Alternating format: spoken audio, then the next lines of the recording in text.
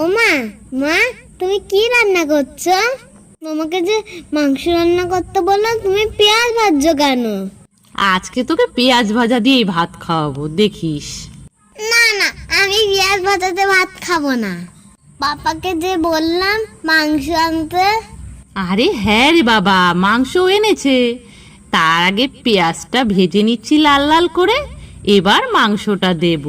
তুমি এত লঙ্কা দিচ্ছ, আমি তো খেতেই পারবো না, আমার তো ঝাল লাগবে। আরে না রে পাগলি, এখানে কি শুধু লঙ্কা বাটা আছে? এখানে জিরে, ধনে, পেঁয়াজ, রসুন, আদা আর গোলমরিচ সবকিছু বেটে দিয়ে দিয়েছি। আর এখানে লবণ আর হলুদটাও দিয়ে দিলাম। মাংস যদি ঝাল হয় আমি খাবো না। হ্যাঁ, তোর জন্য তো আমাদের ঝাল খাওয়া একেবারে বন্ধই হয়ে গেছে। ও মা, তুমি কি মাংস না ধুয়ে দিয়ে দিলে? আরে না রে পাগলি, মাংস ধুয়ে প্রায় 15 মিনিট লবণ হলুদ মাখিয়ে রেখেছিলাম। তারপর এখন মশলাটা ভালো করে কষিয়ে যখন তেল ছেড়ে দিল, তখন মাংসটা দিলাম। ও মা, আমাকে কিন্তু এই মুরগির পাটাই দিতে হবে। আচ্ছা বাবা, খাস? তুমি কাঁচা আলু দিয়ে দিলা, তুমি কি ভাজনি? না রে পাগলি, আলু ভাজলে সেটা রান্না করলে একরকম টেস্ট লাগে, আর না ভেজে কাঁচা দিলে আর এক রকম টেস্ট লাগে। এটা খেয়ে দেখি, সেটাও অনেক ভালো লাগে। এই কি, তুমি তো কাঁচা রসুন দিয়ে দিলে, আমি কিন্তু খাই না।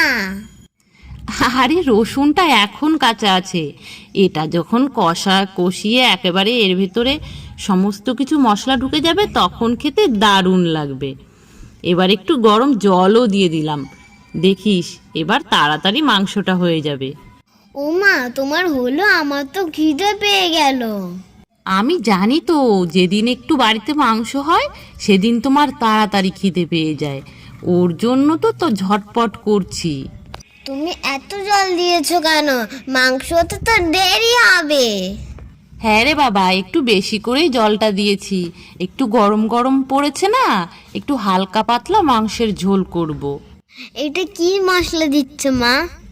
এটা এটা লাস্টে একটু গরম মশলা দিয়ে কিছুক্ষণ 5 মিনিটের মতো মাংসটা আর একটু ফুটিয়েই নামিয়ে দেব। এই তো, আর প্রায় হয়েই গেছে। মা এবার নাবো না, আমার ভীষণ খিদে পেয়ে গেছে। হ্যাঁ রে বাবা, এই তো হয়ে গেছে, এবার গ্যাসটা বন্ধ করে দিই। ও মা, তুমি এতবার নিয়েছো কেন? আমি কি এত ভাত খেতে পারি?